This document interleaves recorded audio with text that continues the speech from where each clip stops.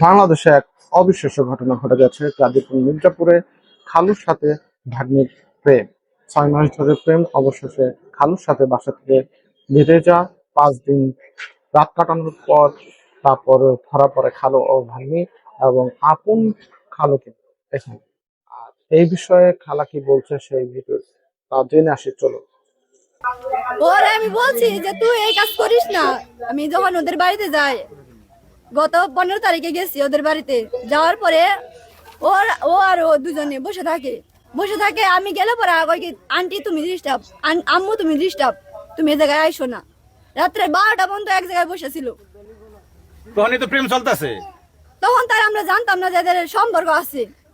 আমরা তো ওই পর্যন্ত ই দেওয়া হয় নাই যে না, না। পোলাপান মানুষ আমার স্বামী পোলাপান, আব্বু আর মেয়ে।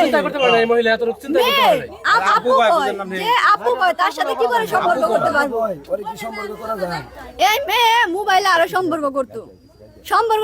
আমি রাম্মুরে দেখাইছি। রাম্মুরে দেখানোর পরে ডাক দিয়ে নিছে। এই মেয়ে মনে করছে আমি ইংরেজি পড়তে পারি না, পড়াশোনা তো করছি না, ক্লাস 7 পর্যন্ত পড়ছি আমি। তার সময় বিয়ে হয়ে গেছে। মেয়ে জিজ্ঞাসা করছে, আন্টি তুমি কি পড়াশোনা করছো, তুমি কি ইংরেজি পড়তে পারো? মেয়ে জানে না যে আমি ইংরেজি পড়তে পারি। পরে আমি দেখছি ও চ্যাট করছে, চ্যাট করছে মতো আমি ওগুলো দেখছি। দেখার পরে আম্মু বলছে যে ওই নাম্বার ব্লক লিস্টে ফালাই দাও, ব্লক লিস্টে ফালাই দিয়া তুমি ওই নাম্বার ডিলিট করে দাও। তো আমি এটা দিয়ে আসলাম, ওই জায়গায় সমাধান করে দিয়ে আসছি। তো এরকম গেছে। শুনতেই তো পেলেন, গাজীপুর মির্জাপুরের যে মামা খালু এবং ভাগ্নের যে প্রেম বা পরকীয়া, সে সম্পর্কে পরকীয়া না, এটা প্রেম, অবৈধ প্রেম। সেই সঙ্গে আপন খালা কি বললো, আর আপন খালার জামাই কিন্তু সাথে প্রেম করছে 15 বছরের নিয়ে।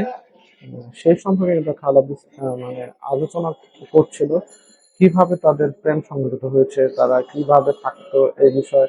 ফার্স্টে কিন্তু তারা কিছুই বুঝতে পারে না, পরবর্তীতে কিন্তু তারা যখন বাসা থেকে বের হয়ে যায়, 5 দিন রাত কাটায়।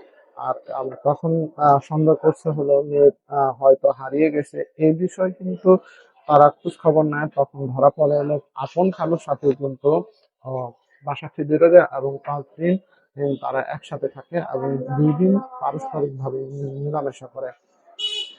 হ্যাঁ, সবচেয়ে বড় কথা এখানে আহ, ওই ভাগ্নি তার খালা আর খালুকে মা এবং বাবা বলে ডাকতো, এটা তার খালার মুখ থেকেই শুনতে পেলেন। আহ, কি পর্যায়ে চলে গেছে বাংলাদেশের সামাজিক অবক্ষয়, এটা চিন্তা করতে গেলেও কিন্তু এখন মাথায় আসতেছে না, এত নিচে অবনমন হয়ে গেছে বাংলাদেশের সামাজিক অবক্ষয় বা আহ, এই যে হারে ক্রাইম গুলো হচ্ছে এখন, সেখান থেকে মুক্তি পেতে হলে অবশ্যই আমাদের আরো কঠোর আইনের ব্যবস্থা আহ, করতে হবে। হ্যাঁ, আইনের ব্যবস্থা করতে হচ্ছে, কিন্তু প্রয়োগ নাই, এই প্রয়োগটা আরো যথাযথ ভাবে করতে হবে যাতে আইনের প্রয়োগ ভালোভাবে হয়। আর এটা তো আহ কেবল শুরু, হয়তো আরো হবে এরকম কাহিনী। এটা দিন শেষ হয়ে যায় এই ব্যবস্থা করতে হবে, এর পরবর্তী দিন আর এরকম না হয়। যাই হোক, এটা সুষ্ঠু তদন্ত এবং সুষ্ঠু বিচার চাই। কে দোষী আর কে নির্দোষ, এটা যদি সরকার বা আমাদের আইন ব্যবস্থা সুষ্ঠু তদন্ত মাধ্যমে বের করতে পারে, তাহলে আশা করি